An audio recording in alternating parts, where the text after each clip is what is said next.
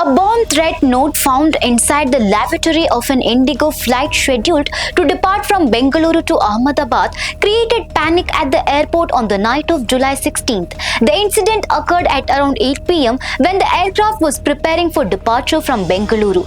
During the routine pre-flight cleaning, a housekeeping staff member discovered a handwritten note inside one of the aircraft's lavatory.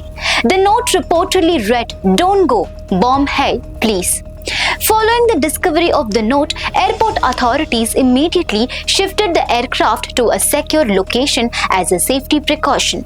Security agencies then carried out a thorough inspection of the aircraft to check for any explosives or suspicious objects.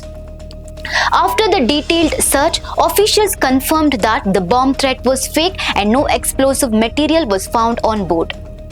The security checks resulted in a delay in the flight's departure, causing inconvenience to passengers. Following the incident, IndiGo filed a complaint with the police seeking a detailed investigation to identify the person responsible for the fake bomb threat and requested appropriate legal action against those involved.